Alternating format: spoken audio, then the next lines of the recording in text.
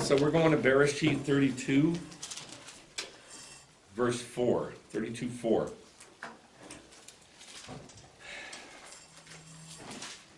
So before I... This is what? 32. 32. What the heck, what's going on? No idea. She's gonna translate. Okay. So I have this statement that I put on the two statements that I put on the slides, because the teaching is about the reconciliation of Jacob with Edom. And for years and years, I thought that was a thing. Because, you know why? Because there's a famous engraving done in like the 1500s or 1600s that shows Edom or Esau and Jacob hugging, and they get together, and it's like, oh, reconciliation. And so I've heard this taught for decades that Esau and Jacob reconcile. It is a lie. It's an absolute lie. And I'm going to show you where this lie came from, so you can get rid of it from your head. There is no reconciliation ever between Edom and Jacob. Ever. So it's just a little statement that I put about Vatican-Israel relations. Because Vatican is Rome. That's Rome. Right, yeah. And Edom is Rome. This is what it says. The relationship between Catholics and Jews is marred by centuries of troubles, including doctrinal polemics, Crusade-era massacres, and forced exiles of Jews. So it's just like real surface history. I mean, it's just, this is history. It's the way it is. And I say this because most people don't believe that this is the way it is. You all right? Yeah, we're just trying to get this. The Vatican moved to improve relations with Jews in 1965, although it did not formally recognize Israel until 1993. Isn't that crazy? Today, experts say relationships between Vatican and Israel have never been better. Still, trouble spots remain. Lingering Jewish bitterness over the Vatican's posture during the Holocaust, the uncertain legal status of church property in Israel, and outstanding concerns about Christian religious sites in the Holy Land continue to be diplomatic sticking points. This is ridiculous. It's such a tip of the iceberg. It's nothing. This has been going on for 2,000 years almost. And they've kind of distilled it down to these little points that Israel and the Vatican are arguing about. This is not the argument. This is not the problem. Here's the problem. The first church father to state explicitly that, listen to this, Jacob symbolizes the church and Esau represents the Jews. That's the problem. Now, guys, we have stuck our foot into a bear trap because none of us knew this, did we? Did any of you, did you know this? That the church has been teaching this for 1,400 years? I do. You knew this? That the Jews are Esau. The Jews are Esau. And the church is Jacob. Never heard that. Never heard it in my life. Even I've never heard that. the Black Hebrews people. Yes, Black Hebrews picked that up. They picked that up too. Yeah, I just learned this week. Never heard of it. Well, the first one to do it was Tertullian. Look at the years he lived. 155 to 240. That early after Yeshua. Wow. 155 to 240. So we'll say around the year 200. Yes. Also, that guy Tertullian, he was the one who separated the Bible into the Old Testament and New Testament. True. Okay, well, I don't know that, so I'll check that. Check that out. I'll check it out. So, Tertullian of Carthage, often described as the father of Latin Christianity. He's obviously, quote, a church father. And this is very early on. And he said, now listen to these words, without doubt, according to the decree of the divine utterance, the first, the elder people, namely the Jewish, inevitably will serve the younger. The younger people, namely the Christian, will rise above the elder. This has been going on for almost 2,000 years, and we didn't know it. So the entire picture that God gave the Jews of Edom being Rome was flipped on its head as early as, I'll say, 200. And there it has stayed. That's before Constantine. That's way before. No, yeah, 100 years before Constantine. Yes, that's exactly right. So this is how I think of it. We stuck our foot in a bear trap. We had no idea that this was going on. And you try to get the message across to Christians that Edom, Esav is, quote, Christianity, and it's not going to happen unless God reveals it, because this is a huge problem. All right, so now to the scriptures. Bereshit 31. We're going to start before the Torah portion in verse 1. This is before our Torah portion. Now Jacob heard the words of Laban's son, saying, Jacob has taken away all that was our father's, and from what belonged to our father he made his wealth. They're saying, Jacob got rich from our dad's stuff. And Jacob saw the face of Laban, and behold, it wasn't friendly toward him like it was before. All it says in Hebrew was, it wasn't toward him as formerly. Then the Lord said to Yaakov, return to the land of your fathers and to your relatives, and I will be with you. This is really important. Whose idea was it for Jacob to flee the land of Israel? His mommy and God. It was God's idea. God said, get up. Remember, he was at Bethel, and he said, this is Hamakom, the place of, the temple. And that's where God said to him, leave this land, and I'm going to bring you back. Well, so now he's promising that he's fulfilling the promise. I'm going to bring you back. And he tells him literally, get up and go back to Israel. Now, this is a picture of all the Jews in the whole world, including us, going back to Israel. That is not going to happen unless the birth pangs hit in such a way that it forces us stubborn, arrogant Jews who love our life here in America to leave America and go back to Israel. And we thought during COVID that was happening, and it did for hundreds of thousands of Jews left their lands and went back to Israel during COVID. And then it kind of trailed off, and now the Jews are we're fat and happy again. So, this is a picture of that. He tells him, get up from here, from Padan Aram, and go back to Israel. And then verse 11. Well, no, 6 through 7. And you know that I have served your father with all my strength. Now, this is Jacob talking. Yet your father has cheated me and changed my wages 10 times. However, God didn't allow him to hurt me. So I want you to picture the Jews in all the lands where they've been scattered. And God didn't allow, they've been ripped off and ripped off and ripped off and treated badly. But still, God is with us in all the places where we've been. And God didn't allow anybody really to hurt us too badly until the Holocaust. And even that was discipline. And so all the Jews haven't gone back yet, so there's still more coming. All right, verse 11. Then the angel of God said to me in a dream, Jacob. And I said, yeah. And he said, lift up now your eyes. So when God says lift up your eyes, that means look into the future. And he tells him about goats. He says, lift up your eyes, look into the future, and he tells him about goats being spotted and speckled and striped. And this is referring to an event earlier where Jacob first got the idea, like, I can't live like this anymore.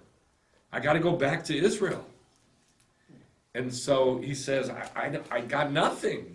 Laban's ripped me off for everything. And so God shows him in a dream that while the animals are having sex at the feeding troughs, to strip the bark off into stripes and chunks and mottled and, to make them striped. And put the rods that he stripes into the feeding troughs. And so then while they're mating, the babies come out striped and mottled. I don't know how that works, but that's what happened. And that was God's plan to get him back to Israel. So he starts doing this for a couple of years. And by the time the couple of years is over, he's a gazillionaire. He's got tons and tons and tons of flocks and herds. And they're all striped and speckled and mottled. And so Lavan is now ticked off because he's lost all his animals. And they've gone to Jacob. Now remember, this is a picture of the Jews scattered everywhere. And they're going to come back. So they come back as gazillionaires. Verse 10. It came about at the time that when the flock were mating, I lifted up my eyes and saw in a dream. And behold, the male goats which were mating were striped, speckled, and mottled. And God said, Jacob. And I said, yes. And he said, lift up your eyes and see that all the male goats which are mating are striped, speckled, and mottled, because I've seen all that Lavan has been doing to you. I am the God of Bethel, where you anointed a pillar, where you made a vow. Now get up and leave this land and return to the land of your birth. All right, so now he's got a promise that he's going to go back. He's got money. He's got everything that God promised him. Now we're going to chapter 32. We're still not into the Torah portion. Torah portion starts in verse 4 or in verse 1. As Jacob went on his way, the angels of God met him. And Jacob said when he saw him, this is God's Machanaim. This is God's camp, Machan. So he named the place Machanaim. He named it plural. But it says he saw a camp of angels, one camp. Yeah? You all right? And he called it camps, plural, Machanaim. 12 tribes. Well, this is really important. Okay. He sees one group of angels, and he calls it camps, plural. And it's male, plural, Machanaim, the angels. This is crazy. Okay, then he says,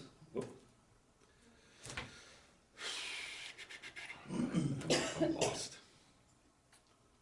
Okay, that's it, Machanaim. Now,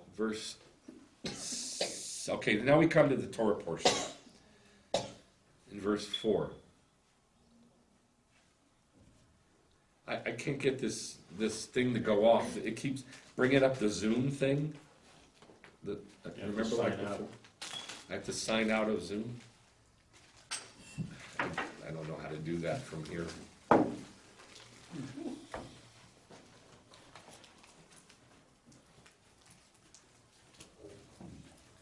Okay, now we're going to verse 4. Now we come to the Torah portion.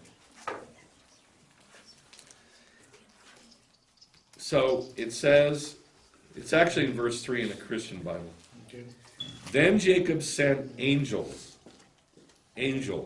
before him to his brother Esav in the land of Seir in the country of Edom. We have 3 different words. We did this last year. Right click. Okay. We did this last year. Thank you. And we looked at this, that there's 3 different words for Esau or Edom. We have the guy himself, Edom, Esav, in the land of Seir. Anybody remember what Seir means? Goat, isn't it a goat? Hairy goat. Hairy goat. It's the goat demon. Literally a goat demon. And there are several verses in the prophets. I got it. Thank you.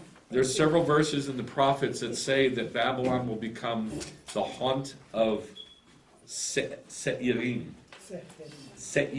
which is goat demons. Goat demons. So, that's where Esav lives. That's his capital. The goat demons. So Esau, remember, means hairy. And then he's at the land of Seir, which means a hairy goat, in the country of Edom. So there's 3 words for this. This is horrible. It's like basically saying demon in the land of the demons, at the place of the demons. This is really bad. And he says he sent angels to his brother Esau. Now, we'll just keep reading here. What, didn't Esau, when he came out of birth, wasn't he like really, really, really hairy? He was really hairy and he was red. So he was named Edom and Esau. There Both. you go. Connection. So what the angels say is, when they come back, oh my gosh, I'm just getting lost. I haven't used the It's 'cause Bible you're in using so the long, Bible I and you're know. using the thing. Just use one thing. Okay, no, I can't. I got to go back and forth. But I'll use this right now. So it says, Jacob sent angels ahead of him to his brother Esau in the land of Seir, in the country of Edom. And he said, this is what you're going to say to my lord Esau. I've been a stranger, a ger. Now remember, this is a picture of the Jews in all the lands. He says, I've been a ger. What's a ger? Stranger. A Gentile. It's a Gentile. A ger is a Gentile.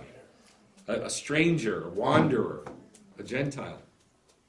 I've been that with Laban. I tarried, I delayed to this time, and I have oxen, donkeys, flocks. He's a gazillionaire, male and female servants, and I've sent messengers to tell my Lord so that I can find grace in your sight. My Lord being Esau. He's sending all this stuff to Esau. And the angels returned to Jacob saying, we came to your brother Esau with this message, and furthermore, he's coming to meet you with 400 men. In other words, armed for war. Yep. So he says, I'm sending you a present. I'm going to give you all half my stuff. I'm going to give you so much stuff, to find grace in your eyes. And his answer is, I'm coming to kill you. At least that's what the angels say.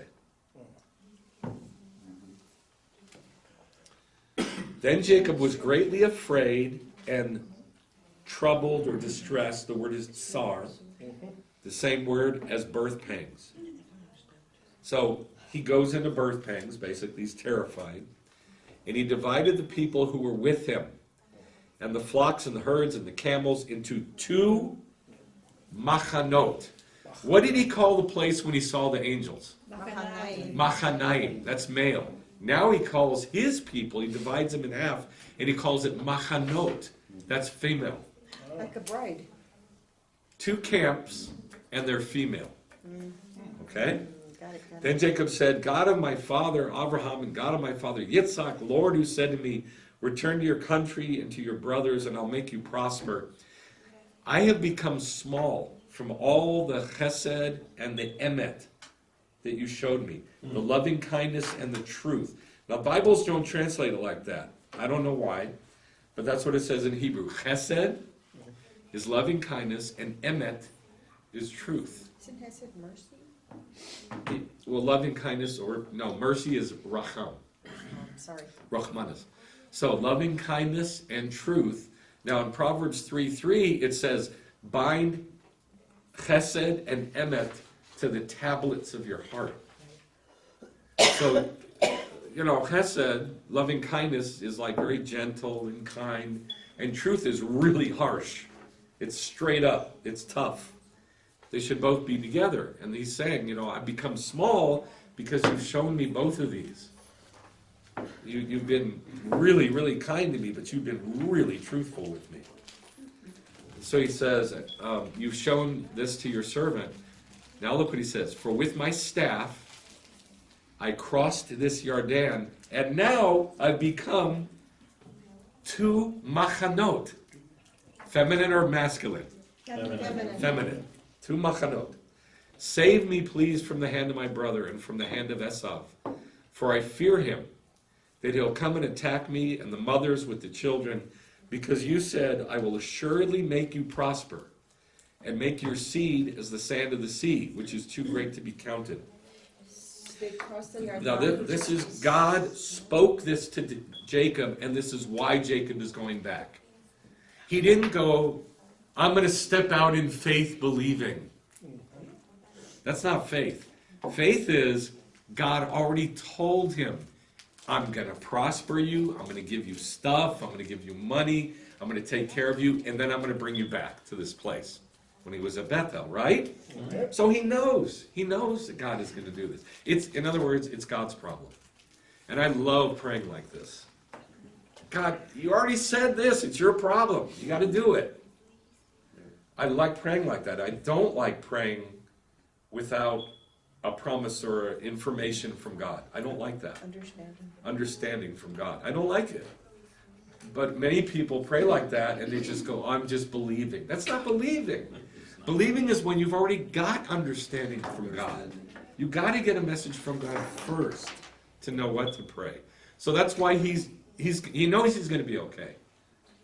But he's still scared because Esau could come attack the kids and his wives and his animals. So he's scared. So he prepares with prayer. He prepares with a gift. And he gets ready to fight. He gets ready, to fight the army that he thinks is coming. So you told me, I will assuredly make you prosper and make your seed as the sand of the sea, which is too great to be counted. So he spent the night there. Then he took from what he had for a gift for his brother Esau. Now he got up that same night and took his 2 wives, his 2 concubines, his 11 children, and he sent all of them across the river. So he's there by himself. Jacob was left alone, and a man wrestled with him until daybreak. When he had not prevailed against him, I don't know who the he is, and I don't know who the him is.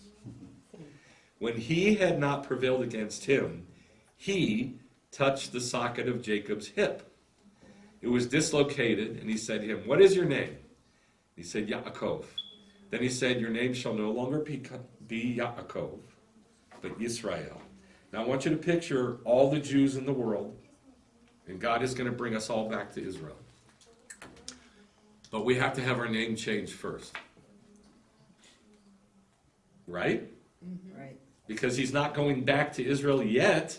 He's only halfway there. Well, a little over halfway there. He's right. He's not there yet. And now he sends everybody away from him, and he's by himself with God alone, and he wrestles with God. He fights with God about it until he wins. Now, I know Christians do not understand this. But in Judaism, there's a lot of books written called God wrestling. And there's whole they don't call them ministries in Judaism, but whole organizations in Judaism called God wrestling. Because we know we have to fight with God in order to become who we're supposed to be. It doesn't come by magic. It comes by fighting. I think we're coming up to Hanukkah, when the Maccabees fought and fought and fought and fought and fought against what? Hellenism. Hellenism. And that's where we're at. You got to fight. But I wonder about this every day at work. I'm there teaching, in a public school, and this is the kind of weird thoughts come to my head. I wonder if my congregants are fighting with you, Lord. I wonder if they're wrestling with you. I wonder if they're thinking about what you're trying to turn them into. This is the kind of thoughts I have. Because it has to happen. We have to fight with God. So he says, this is God's answer. You're no longer Yaakov, but Israel. Because you fought with God and with men, and you won. You won. You beat them. You beat me. Can you imagine God saying that to you? You won. You beat me. You kicked my butt. Uncle. Can you imagine that? That's what it has to be. But Jacob said, I have seen God face to face, yet my life has been saved. All right, so we're going to look at this verse. Then Jacob sent angels ahead of him to his brother Esau in the land of Seir in the country of Edom. It's like saying he sent angels to a demon in the land of the demons, surrounded by demons. And he's sending him a present. And he's sending him angels. Now, last year I taught that Jacob sending angels to Edom is a picture of the Jews sending spiritual things to the church. Who's Edom? Rome, right? And I'm going to show you, the rabbis say that it is Christianity. And I'm going to read those quotes again. So, if we just distill it down, it's Jacob sending angels, spiritual things, to the church. Okay. And what's Edom's response? He's coming to greet you with 400 men to kill you. And that's really what has happened. Sounds about right. So Yes. also like the angels that, have authority over certain areas, like, Michael was out doing battle. And so Right, we he looked said, at it's that like last week. It's like he said, yeah, like Buddha. So he's like sending out the angels and kind of spiritually doing battle. Do you think that's going to pick her up talking? Okay, good. All right, I just want to make sure you're heard. Yeah, we looked at that last week, that there are angels over different people groups and areas and kingdoms. Well, what do you think I hate to say this. I just hate to say it. What do you think the angel over Rome is? Yeah, okay. Nobody? What do you mean? Huh? What do you mean with that? Well, all people the group, goat. hold on. People groups and kingdoms have an angel over them. We looked at this last week. What do you think the angel over Rome is? My gut says it's a demon. So the demon, like the hairy goat, Exactly. What's his name? Seir. Seir. The hairy goat demon. Right, here we go. Now, I think we should probably expunge this video. If it's the demon over Rome, I hate to say this, but then in some sense, or maybe even a big sense, I don't know, it is the demon over the church. Yeah. Yes, ma'am. Well, the Christianity is the same as Catholic, because they do the same. Celebrate Christmas, do everything. Like, take it to the root. Also, Take it to the root. We're going to read these quotes, but if you take it to the root, take all of Christianity, quote Christianity, I don't even like that word, to its root is Edom, or Esav, from the land of Seir, the land of the hairy goat demon. Okay? So here's the quotes. The name Edom is used by the Talmudists for the Roman Empire. And they applied to Rome every passage of the Bible referring to Edom or Esav. I'm going to read that again. They applied to Rome every passage of the Bible, referring to Esav or Edom. Do you hear me? Yep. Now, you can believe that or not believe it. These are the words. This is from the Jewish Encyclopedia under Edom. In Leviticus Rabbah 13, Rome, under the name of Edom, is compared to a wild pig. And the symbolic name Seir was used by the poets of the Middle Ages not only for Rome, but also for Christianity. What's the difference between a wild pig, like a javelina, and a domestic pig? the wild ones are hairier. Say it louder. All that hair. Hair. They're hairier and bigger. They got tusks. They're bigger? Yeah. Really? They got The tusks. They have tusks, and they're hairy. They got They're hairy. super hairy. Okay. Yeah. When we say goat demon, it's not a goat. It's a pig. It's a pig. Now, spiritually, that's how it works. How you figure that out with Scripture is a whole other teaching. But when we say goat demon, Seir, It's not a goat. It's what do they call a Javelina. boar? A boar. Boar. A boar, More. which is a hairy pig. So what about the goat demon that our friend saw? You can't bring up stuff that nobody in the room knows what you're saying. You can't Okay, do that then go back because to that this later. is on a video. Got it. So, like I said, to prove that scripturally is a whole other teaching. But for now, you can believe me or not believe me, but when it says goat demon, it is not a goat, it's a pig. And so that's why it says in Leviticus Rabbah 13, Rome, under the name of Edom, is compared to a wild pig. Makes sense. Not a goat, not a goat. Goats are. Even though they know that the Seir means a goat demon.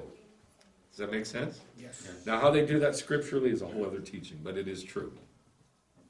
And I've done the study for it.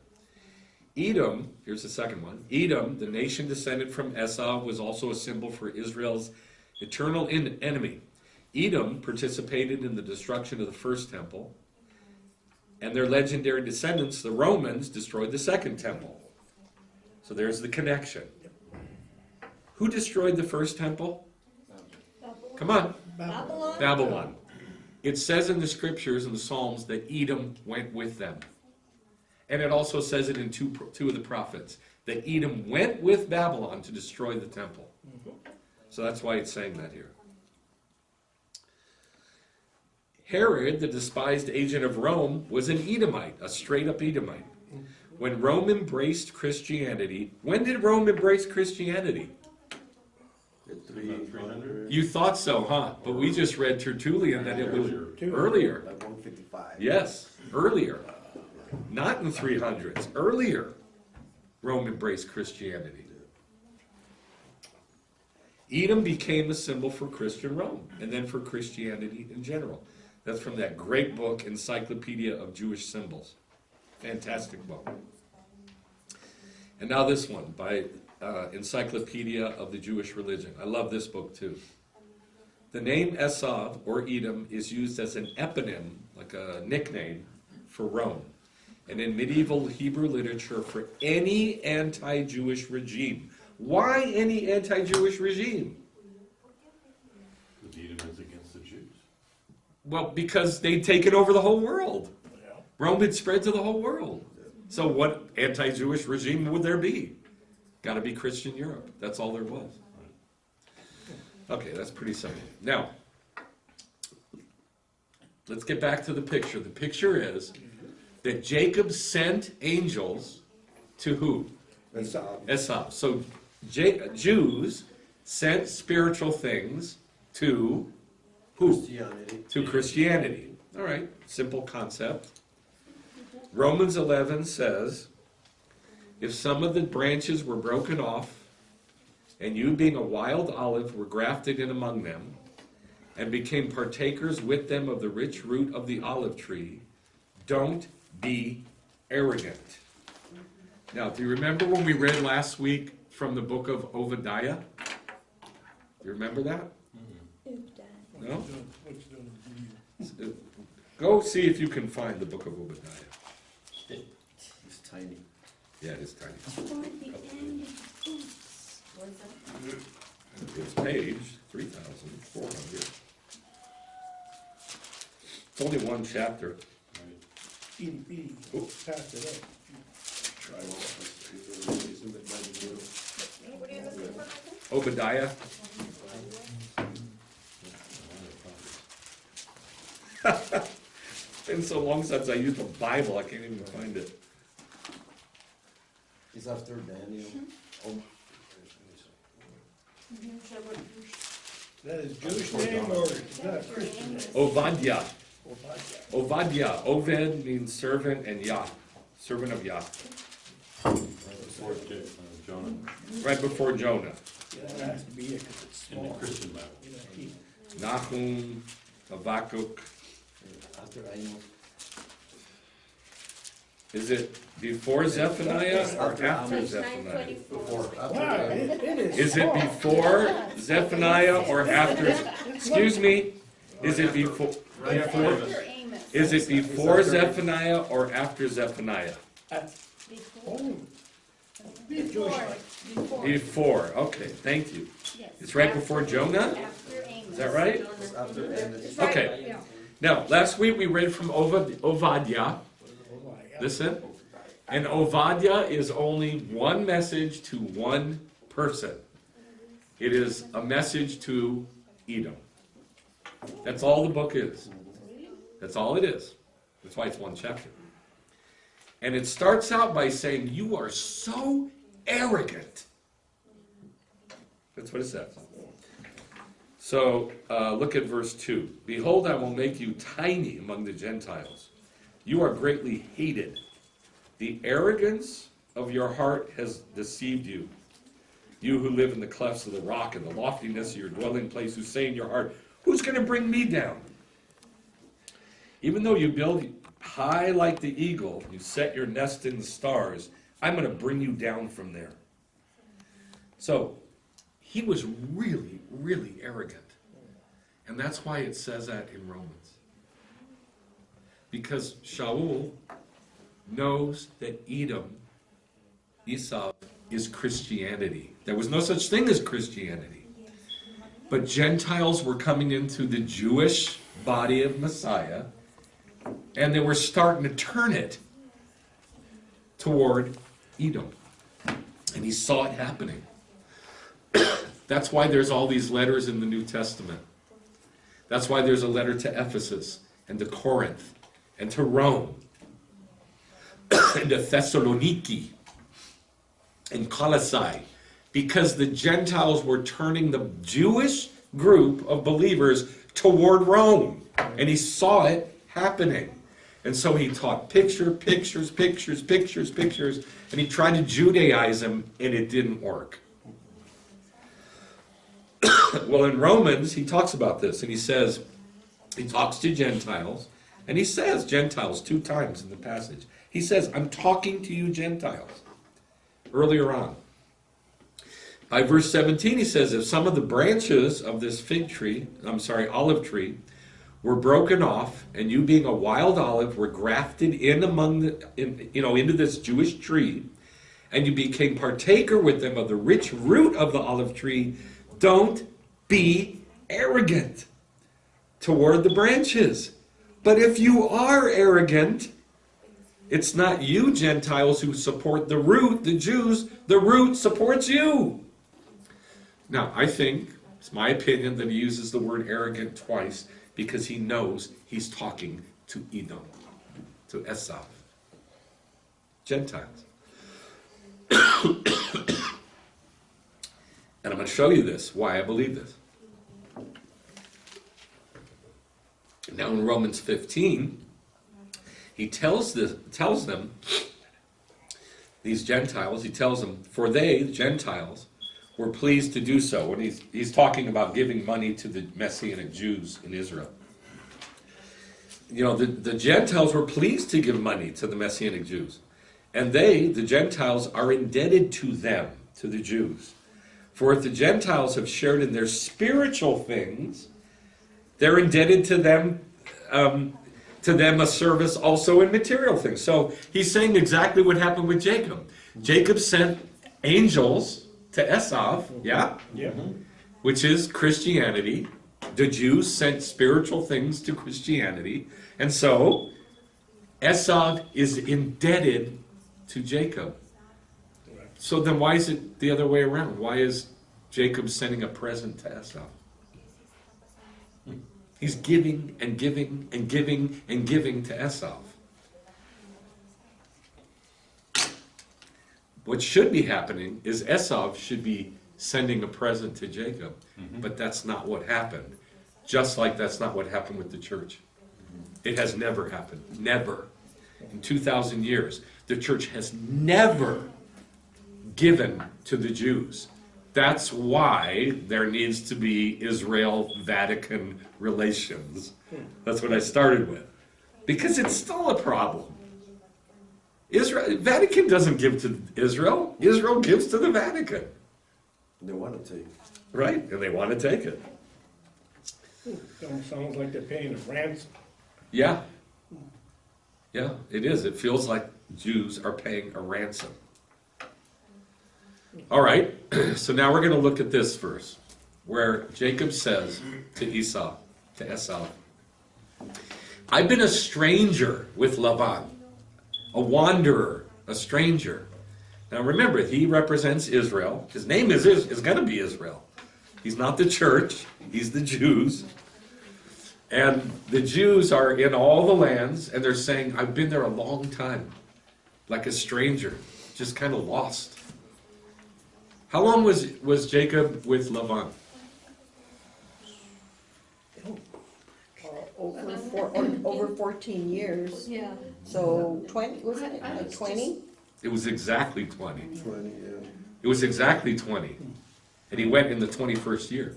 He was exactly 20 years. What do you think that's a picture of? The 2 days? The 2 days that the Jews are without God. But if there's only 14, where did you get the 20, the other 7? The first 7 that he The first served. 7, he said, he was, served 7, and then 7, and then stayed. And then there was another 7. That's Another 6. Two, 6. So he was there 20 years. He left in the 21st year. How long was his son, Joseph, in Egypt? Just take a guess. No. I'm gonna guess. 21. 21. Same amount of time. Same amount of time. So, I was just gonna say though, I was, reading the Parashat last night from the Chabad, and. they there say was 34. Well, there was a commentary and it said 22. He left, no, 21. Yeah, but that is. They count that one said first year 22. because he's there. Remember, you don't, like, say you're 3 months somewhere, you count that as a year in the Bible, only in the Bible.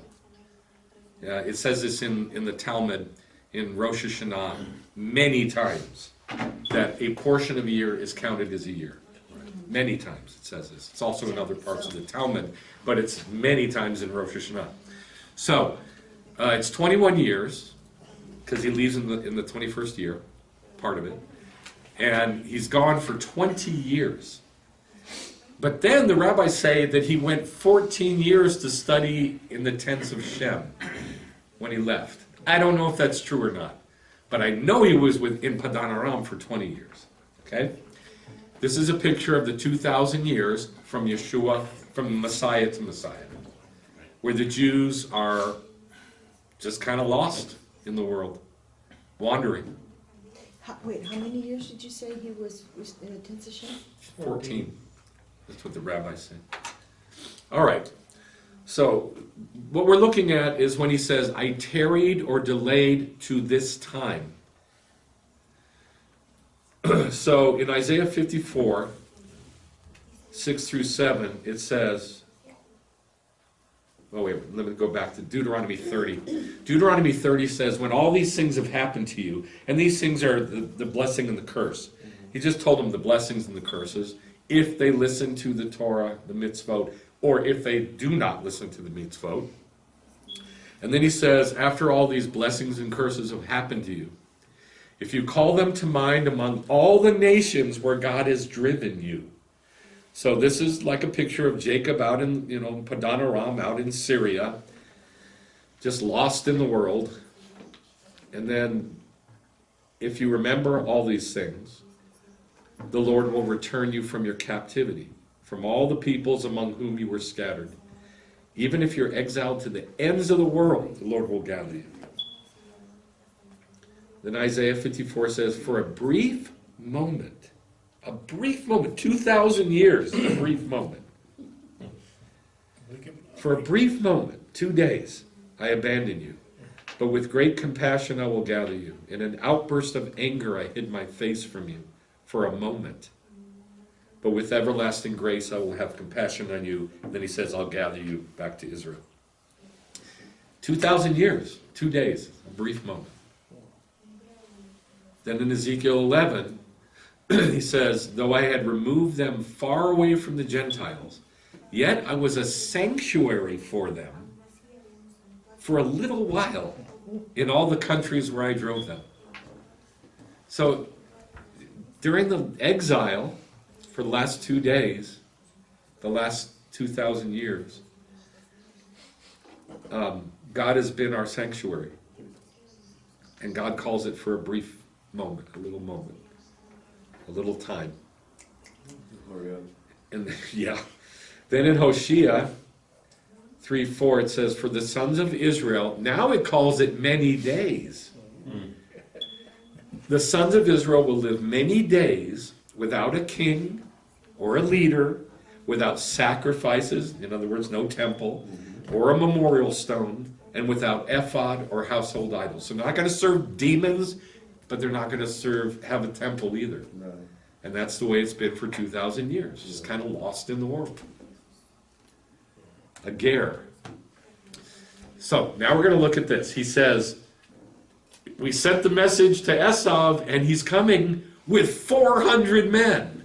So what do you think that 400 is a picture of? 40 years? When Messiah comes The for fourth 4,000 day? years? 4,000 years? when Messiah comes. Okay, it's a picture mostly of the fourth day Yeah. and the year 4,000.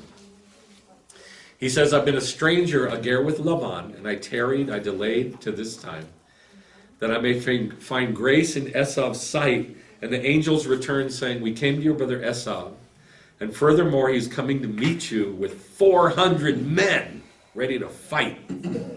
So the Jews sent all these spiritual things to Esav, to Christianity, and their response is to turn with a sword and come get the Jews. Instead of saying, oh, thank you for giving us the Torah and giving us everything about God, because Psalm 76 says, God is known in Judah. And you know God, and you brought us everything about the Torah and the Tanakh, and you taught us how to worship, and you taught us the prayers. Now, put your head down so I can chop your head off. And that's how it's been. I mean, this is so clearly prophetic of the reality. And then the church twists it and says Jacob is Esav, and the church is Jacob. So this is prophetic of the fourth day. So what happened in the fourth day? From the year 3000 to the death of Yeshua in 4000. What happened in the world with the Jews? And again, Well, Yeshua came and then the temple was destroyed. No, before that. Oh. The four kingdoms. Yeah. The four kingdoms. Oh, I see, before. yeah, the- In the fourth day, all four kingdoms arose. Babylon. Babylon. Who destroyed Babylon? Medo-Persia. Medo-Persia. Oh my gosh. Who destroyed Medo-Persia? Come on. Greece. Greece. Yeah. Who destroyed Greece? Rome. Rome. And that's it. It has never stopped. Rome never went away. Yeah. Oh yeah, just like the prophecy of Daniel. Yes. It never went away. That's what we looked at last week. It Yeah. never went away. It never went away. We're going to look at that again. So you have Babylon, then Persia, then Greece, then Rome, and then year 4000, Yeshua dies. These are the 400 men that are coming. Now what that tells me is, and by the way, I never saw this till last year, that the death of Yeshua wasn't just the death of Yeshua. It was Rome putting their foot down on the Jews for the next 2 days. Yeah. It never stopped. I never really thought about this till last year. I mean, I knew Rome was the last kingdom, because it says it in Daniel. I knew that it's horrible and terrible and it destroyed the whole earth. I knew that. But I never thought about the fact that in the year 4000, when Yeshua died, it also created Rome with their foot on the Jews for the next 2 days. Like a blood splatter.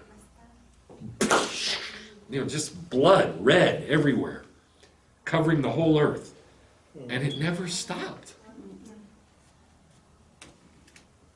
So in Daniel, it tells us, in fact, let's go look at this. Daniel 2.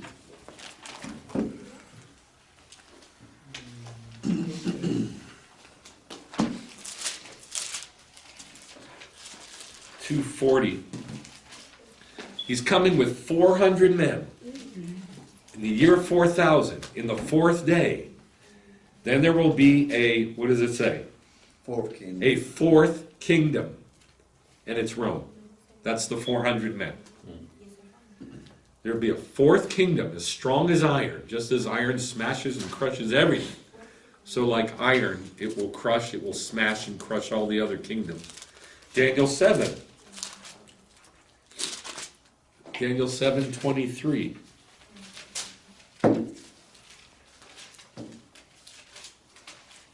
Thus he said, the fourth beast will be a fourth kingdom, which will be different from all the other kingdoms. It will devour the whole earth and tread it down and crush it. Why is it different from all the other kingdoms? What makes it different? Well, it takes over the whole earth for one thing. Okay, The but so others did the did- other kingdoms. What makes it different from the other one? What? It stayed. It stayed. Exactly. It never ended. Yeah, it stayed. Babylon ended, Medo-Persia ended, Greece ended, Rome never ended. And that's what makes it different. It never stopped. It never stopped. Sounds like big tech's already here. Yeah. So, I don't know if you can see this, but in the new painting I did of the I Am, there's a big blood splat. A big blood splatter Oh, yeah. Oh, yeah, it's in the bottom right. right at the year 4000. Yeah. That's Rome. Yeah. And that Rome, along with the death of Yeshua, came the red blood of Edom, Rome, for the next 2 days. It never stopped. And it's not pizza sauce. You are correct, sir. It's not pizza sauce. All right. So let's go back to what happens after he sends the messengers. Messengers come back, and he's coming with 400 men, and then he says, he's praying, and he says, "You've shown your servant, grace and truth, mercy and truth." And then he says, "With my staff, I crossed this Yarden, and now I've become," what? Two companies. Say it in Hebrew. Machanot. Machanot, not Machanaim. What is Machanaim? Yeah. Camps, Male. males. That was the angels. But now his people, the people of Israel, the people of Jacob, are called female camps. Like a bride. Like a bride, yes. So they're crossing the Yarden, which means descent. No, they're not crossing the Yarden. He My had staff crossed the Yarden Right, he had. when he left Bethel and he went up to Assyria. Okay, earlier we read that he had crossed, okay, and, what I saw there was the word Yarden is descent. Descender, So it's yeah. kind of like resurrection, where they're descending and then they're coming up. Yes, 2 days ago, Uh-huh. 20 years ago, he crossed the Yarden. And where did he go? Up to the Gentiles. Mm-hmm. He died. He died. And that's just like Israel and all the Gentile world. Just dead. Just without God and without demons and just kind of wandering around, doing our thing, making money, whatever. Whatever. And trying to serve God. But then he comes back. And he's turned into two camps. He's a gazillionaire with two companies, with two camps, and they're female. So in Romans 9, we looked at Romans 9 earlier. It's in verse 23, it says, "To make known the riches of his glory on objects of mercy, which he prepared beforehand for glory, us, whom he also called, not only from among Jews, one machan, but from also Gentiles, the other machan." And that's why it's feminine. Because now it's the body. This is the body of Messiah. It's Jacob, the Jews. So those Gentiles are. It's the Jews taking in Gentiles. And so Tertullian comes along and flips it on its head and says, it's the church that's Jacob. Question. Hold on a second. It's just the opposite. It's the Jews that are Jacob, and they're taking in the Gentiles. So like the Gentiles are being grafted into the companies? Yes, yes. And remember, this is all Jacob's stuff, right? Right? So why does he divide it in half? because there's two parts to it, Jews and Gentiles. Ephesians 2, and this is verses that people find very, very, very hard to figure out. Ephesians 2, let's look at that, because it's so hard to figure out. Ephesians 2:11.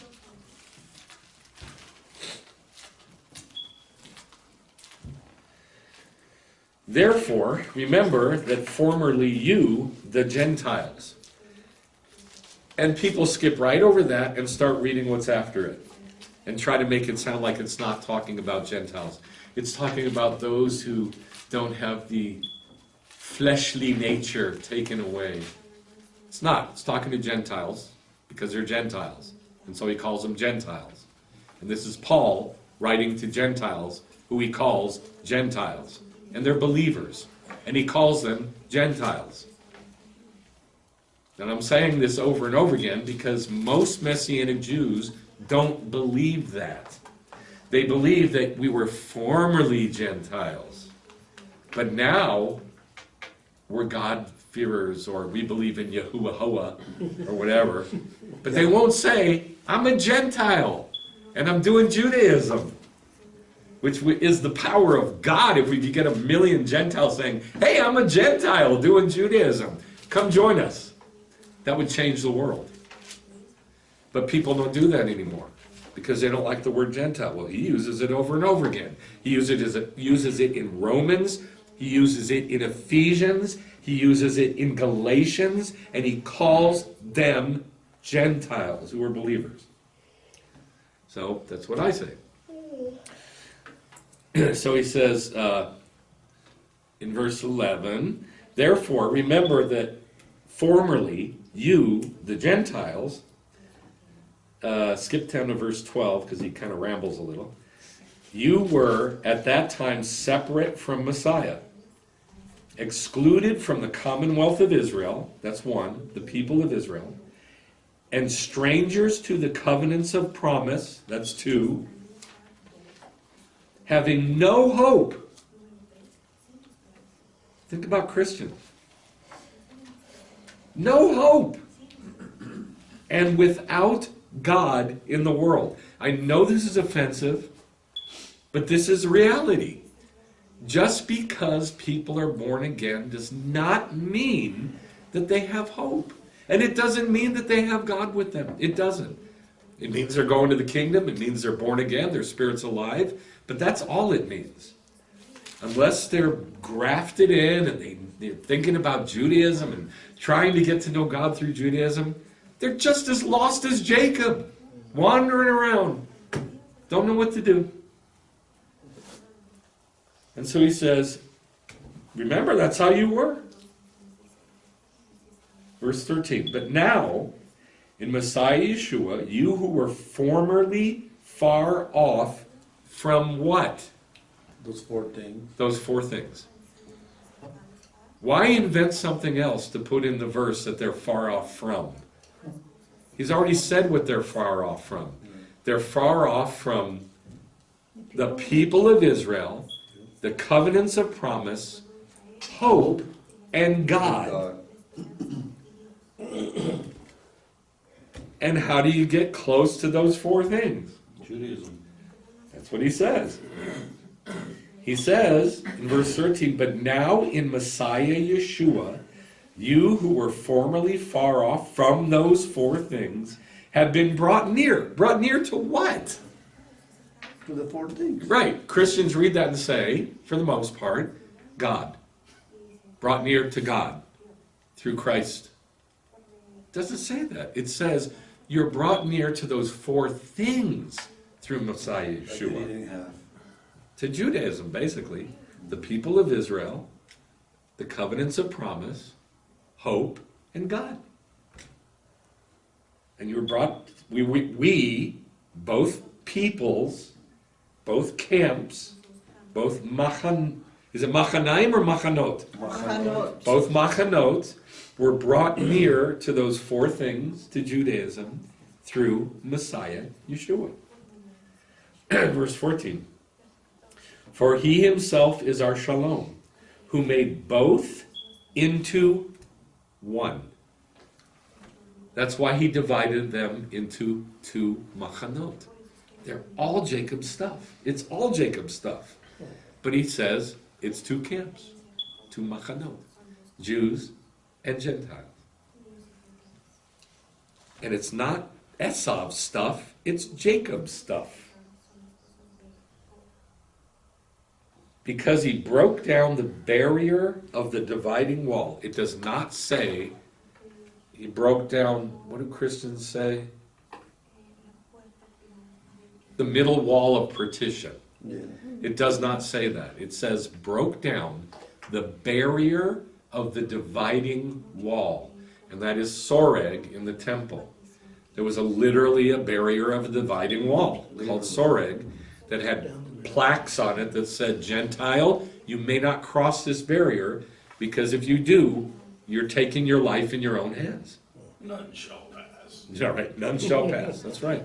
Unless they're there to do Judaism and to learn.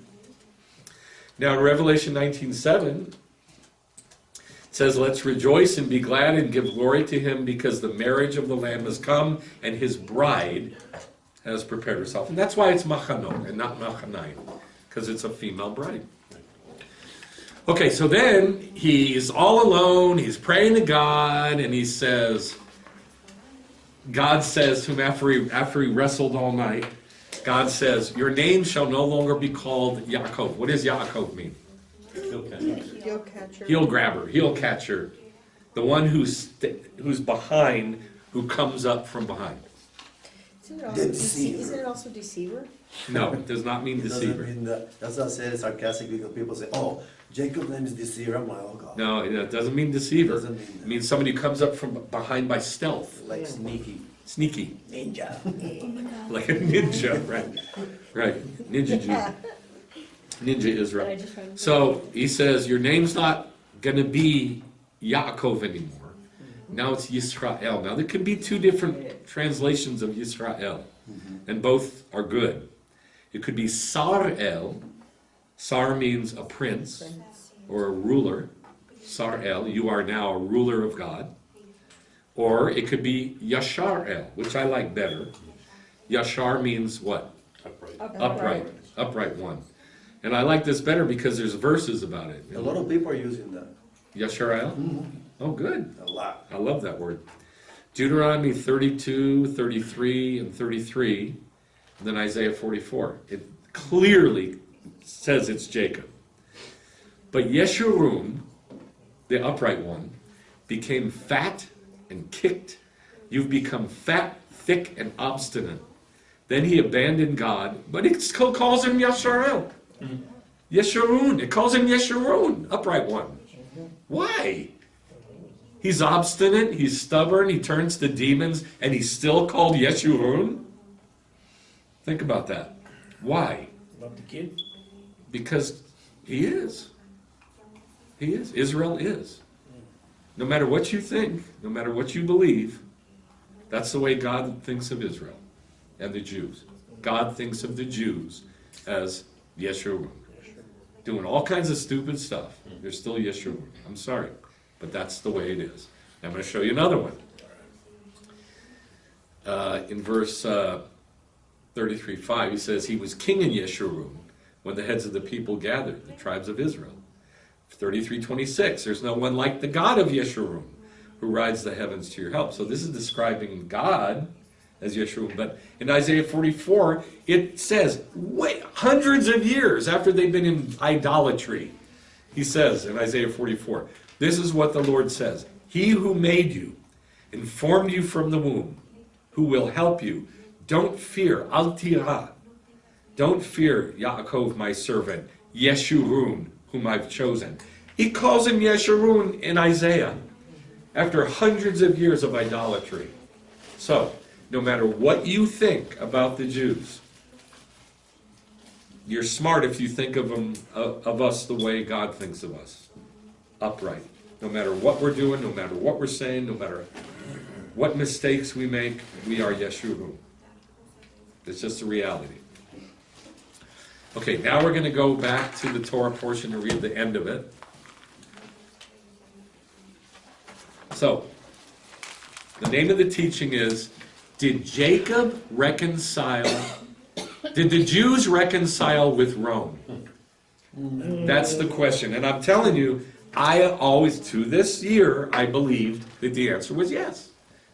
Yeah. Because the Christians are together with the Jews in the day of the Lord.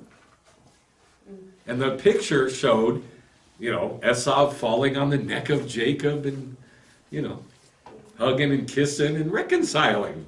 But Thing is, they didn't reconcile. they didn't. They didn't. If you keep reading, then you can see that Jacob is like running away from him. Exactly. He's like, no. Exactly right. All right, let's go to Genesis. I don't even know where we're at.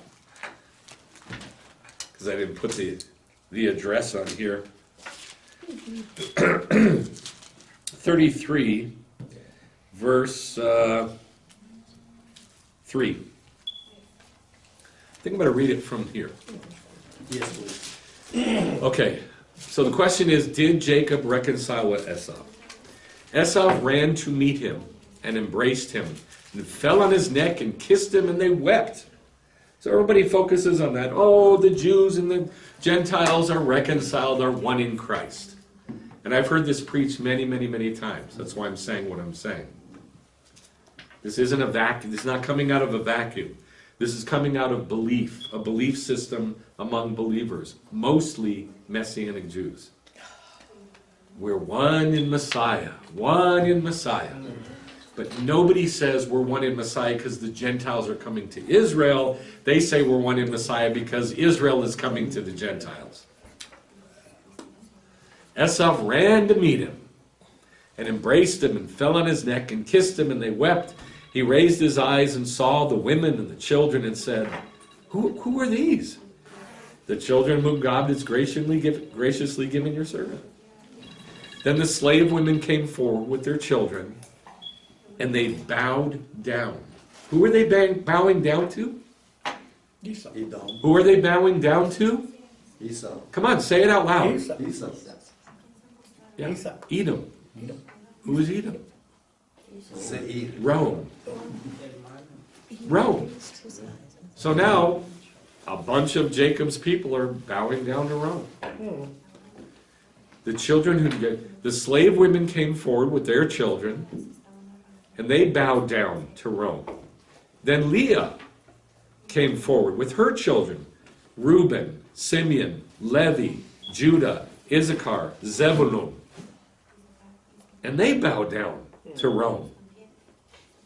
It sounds like all of Israel is bowing down to Rome. Yeah. Afterwards, Joseph came forward with Rachel, and they bowed down to Rome. That's the entire camp of Israel. All of Israel bowed down to Rome. Now you can think about that, what you want to think, but that is the reality of the situation.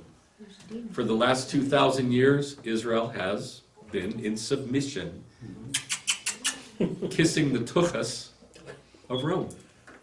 That's just the way it is. To be saved, like to save our necks, we've had to. And it was a strategy that he did that worked. So, and he said, what do you mean by all this machaneh? Is he saying machanot or machan? Is he saying singular or plural? Singular. Is he saying singular or plural? Singular. Machaneh. Singular. But there's machanot, there's plural. But there's machaneh, one. But there's machanot, plural. But there's machaneh, one. Why? Because we're one in Messiah. And we're feminine. It's the bride of Messiah, Israel. There's two, but there's one. But there's two, but there's one. Depends on how you look at it. Two make one. Make one, that's right. So he says, what does all this machaneh mean? And he said, to find grace in the sight of my Lord. But Esau said, no, I got plenty, my brother. Keep what you got. And Jacob said, no, look, if I found grace in your sight, then accept my gift from my hand. Because I see your face, Rome, as one sees the face of God, Rome. So he urged him, and he accepted. So Rome took what Jacob was giving. Oh, please, Christians, take what we're showing you Passover and Sukkot, and we're showing you the festivals, and we're showing you how to keep Shabbat, and we're showing you how to serve God, we're showing you the prayers. Take it, I urge you, come on, take it. All right, I'll take it. All right. So he urged him and he accepted, and Esau said, okay, now, Jacob, let's journey on and go together, and I will lead. Christianity says, I will lead. I will go on ahead of you. But Jacob said, you know, if you drive the flocks and the kids and everything hard, and you go fast, it's going to kill them. Let me just go slow at my own pace. Just you go on ahead. You go on ahead. We'll be fine. And he says, you think he stops? No, he doesn't stop. He says, and let my Lord pass on ahead of his servant, and I'll proceed at my leisure until I come to the land of the demons in Rome. That's where I will go. I'll go meet you there. Why does Jacob say that? He's already given. He's made all of his stuff bow down to Esau, kissing his tuchus. And then he says, I'll go meet you in Rome. He's being Jacob. He's being sneaky. That's exactly right. He's being sneaky. He has no intention of going to Seir. He has no intention of going to Rome and going to do Hellenism. He has no intention of it. He's a God server. He knows God. He does Judaism. He loves Judaism, which is why God loves him so much. And he has no intention of going into that mess. Because remember what God says at the end of the Tanakh. Jacob I have loved, and that's at the end of the book. Esau I've hated. You think he has any intention of pursuing that mess? Quite. But he says it. He lies. He straight up lies to him. And he says, look, I'll proceed at my leisure until I come to my Lord at Seir, the land of the demons. Then you think Esau's going to give up? He says, no, look, let me leave some guards here, some of my people here to watch that you make it. And he says, no, look, what need is there? You don't need to do that. And so he wiggled out of it. And he says, so Esau returned that day on his derech, on his way. His way. And his way is corrupt.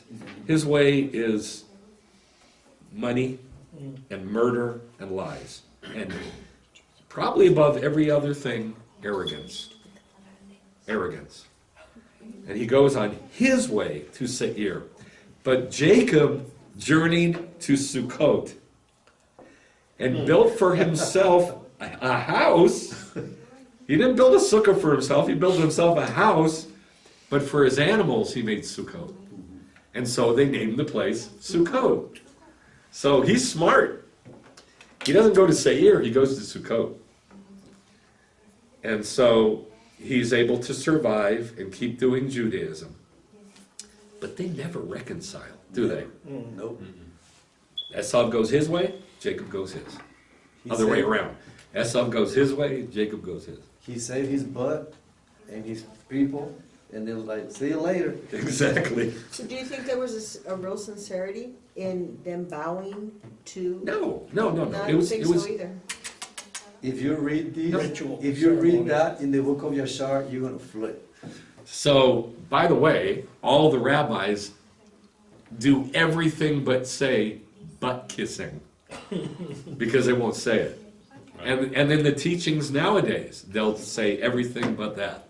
Because they say, I don't want to say anything offensive. But they say it. And that is the truth of the matter. He is straight up lying. And they're bowing down, straight up lying. Because Jacob says, this is the only way we're going to save our life and be able to be one people that are totally separate from Esau. Okay, so again, does Jacob reconcile with Esau? No. No. Yes. What? Okay, so in Obadiah 15, there's only one chapter. So in verse 15, and then in verse 18, then in verse 21, it says this. For the day of the Lord is near for all the Gentiles. It's clearly talking about the day of the Lord. And there's other verses there that say the day of distress, the day of trouble, the day of grief, the day of sorrow. Then he says, just as you have done, it will be done to you, Esav. Then in verse 18, then the house of Jacob will be a fire, and the house of Joseph a flame, but the house of Esav will be like stubble that gets burned up in the day of the Lord. Scorched earth. Scorched earth. And this is Jacob taking vengeance on Esav in the day of the Lord.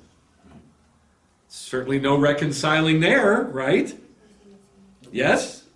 Not yet. Are you with me so far? Yes. Not only is there no reconciling, they're going to destroy all of Esav. Hallelujah. All of Rome. Then it says in verse 21, well, I'm sorry, I didn't finish that.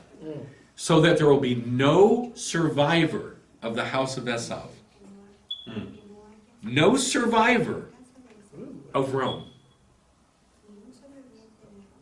How can there be reconciliation? They're going to burn them up till there's nothing left of Rome. But then it says in verse 21, the deliverers will ascend Mount Zion to judge the mountain of Esav. What's the mountain of Esav? Seir. Good. Seir, the goat demon, the hairy pig. Demon Hill. Demon Hill. I like that. Deliverers will ascend Mount Zion to judge Demon Hill, and the kingdom will be the Lord's. And by the way, this is the only verse in the whole Bible that says the kingdom. Hamalchut. Did you know that? It's the only verse. Now, in Amos 9, it talks about God judging Edom. And then at the end of the passage, it says this. In that day, what day? The day of the Lord. The day of the Lord, I will raise up the fallen sukkah of David. Where did Esav went to Mount Seir? Where did Jacob go? Sukkot. This is why. This is why. This is the reconciliation. The reconciliation is only because Esav goes his way and Jacob goes his way. And Esav has to come to Jacob for there to be reconciliation. Christianity has to come to Israel, has to come to Judaism for there to be any kind of reconciliation in the body. And that's what's going to happen.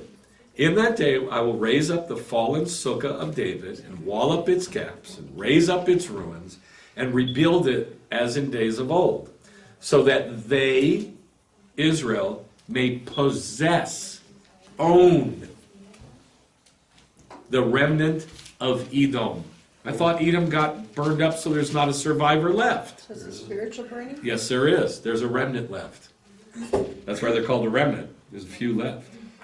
And those few are, it calls them in Amos 9, those few that are left are the Gentiles who are called by my name.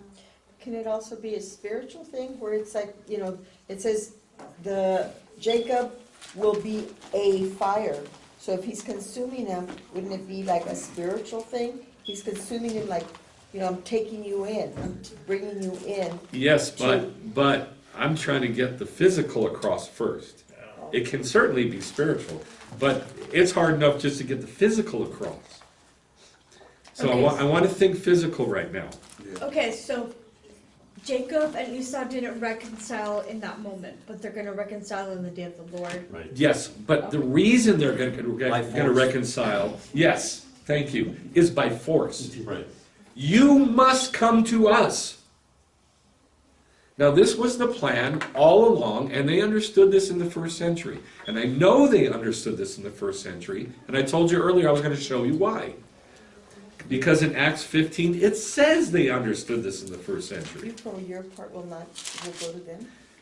In Acts 15, it says, let's go to there. Let's read this from the Bible. In Acts 15, in verse 1, it says, some men came down from Judah And these are believers in Yeshua, teaching the brothers, unless you're circumcised according to the custom of Moshe, you cannot be saved. All right, so this was just like common knowledge. You come to Israel, you get circumcised, you do Judaism, you go in the mikveh, you get a new name, you become a new creation, and you get to know God. You convert. Yes, these are not bad guys, these are good guys. And they're saying, guys, you know, you can only be saved, have salvation, if you do the process that we've always done. And they're saying, yeah, but God's doing something different. How do you know? Peter says, because I did it. God told these three guys to bring me to the house of Cornelius, and the whole Gentile house got born again and started doing Judaism. What? What are you talking about, Gentiles? And he says, yeah, it's a whole new thing. So in verse 2, Paul and Barnabas had great dissension and debate with them, because the same thing that was happening with Shaul, with Paul. Gentiles were getting saved and Judaized, and it were turning the world upside down. So they determined, okay, let's send Paul and Barnabas and some others to go up to Jerusalem to the apostles and elders concerning this issue. So they went. Verse 6. The apostles and the elders came together to look into this thing. And after there had been a huge debate, now by the way, this is not like a little argument. This is days and days of arguing and going through scripture and discussing it. And, you know, like, what do the scriptures say about this, about Gentiles coming in? And Shaul and Barnabas talk, and then they remember what Peter had said. And then Jacob, the guy they call James, Jacob talks, and then they discuss it, they argue back and forth.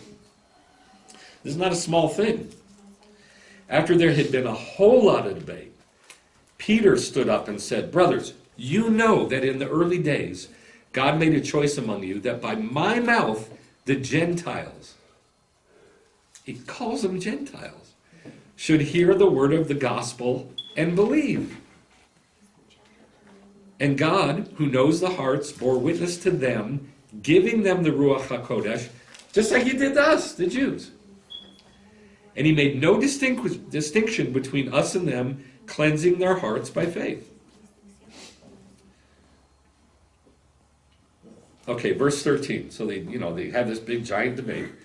After they'd stopped speaking, Jacob is the Ab Beit Din, he's the head of the house of judgment. So whatever he says goes.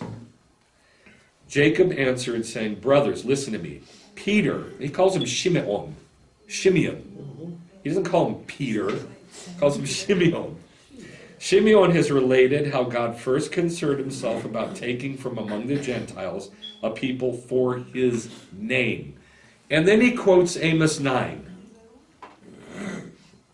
Amos 9, about God judging Edom. And that God's going to raise up the fallen sukkah of David, which is all the Gentiles, the remnant of Edom, which is all the Gentiles who are called by my name. That's what he quotes. And everybody's like, okay, that makes sense. That makes sense. Nobody argues. And with this, the words of the prophets agree, just as it is written. And he says, Amos 9. And then he says, verse 19, so it is my judgment that we don't make it hard for the Gentiles who are turning to God. Verse 21, here's why. Because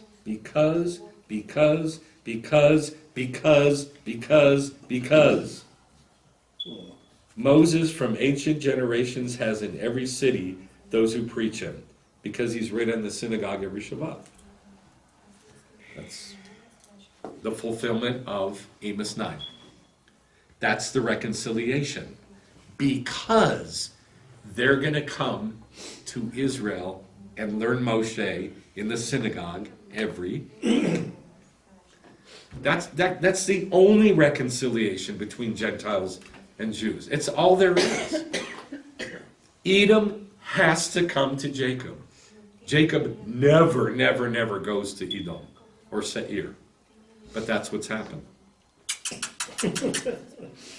Okay, well, look, we'll do Christmas, but then we get to do Hanukkah. If you'll let us Or do... call it a Yeah, we'll call it a Hanukkah bush. Sort of a Hanukkah tree. Put up a Hanukkah tree. Okay, look, if you'll let us do My this... sister says, we do Christmas for fun, just for Yeah, we'll do Christmas for fun. Look, if you'll let us, do our little Jewish thing once in a while, we'll do some of your stuff. And we'll be one in Christ. Let me have this idol for Now, this is the way it's been for the last 90 years since God started bringing Jews to the Messiah. And nothing has changed. Hold on. As long as you're saying here. This is the reconciliation. And it's been going on since the first century. But it must be this, because Moses, from ancient generations, that's being said in the first century, from ancient generations. In other words, it's always been like this. It's not going to change. It's not going to change. It has never changed. This is the way. Has in every city those who preach him. Not preach Christ, preach Moses. Right. The Torah. Since he is read in the synagogues every Shabbat. In Acts chapter 16, Paul and Barnabas go to a Greek city, a Roman city, and a riot breaks out. Yeah. And they start chanting, "Great is Artemis." No, this is a different one. They drag them before the magistrates in the city square, in a Roman city. And they're going to kill Paul and Barnabas. And so this Jewish lawyer, I think his name is Tertullian, this Jewish lawyer stands up, or Alexander, one of the two, and he says, "Hey guys, don't kill these Jews." And then the other Gentiles say, "Listen, magistrates, here's what's going down. We can't do what these Jews are telling us to do. They're preaching customs and traditions that we as Romans are not allowed to keep or do." And yet, they were, quote, preaching the gospel of Christ. And on the surface, it looked like nothing more than Judaism. Now think about that. They say, we Romans, we Edomites, are not allowed to do what these Jews are telling us to do, which is customs and traditions that Romans, Edom, can't do. The gospel of Christ. So to them, to these Romans, they don't know nothing. All they know is these Jews came in and stirred up a big riot by talking about Judaism. That's all they know. And that's what is going to be restored. Guaranteed. Because it says it in Acts chapter 1 that it's going to be restored. Doesn't look like it, but it's going to happen. All right. That's the key verse. Because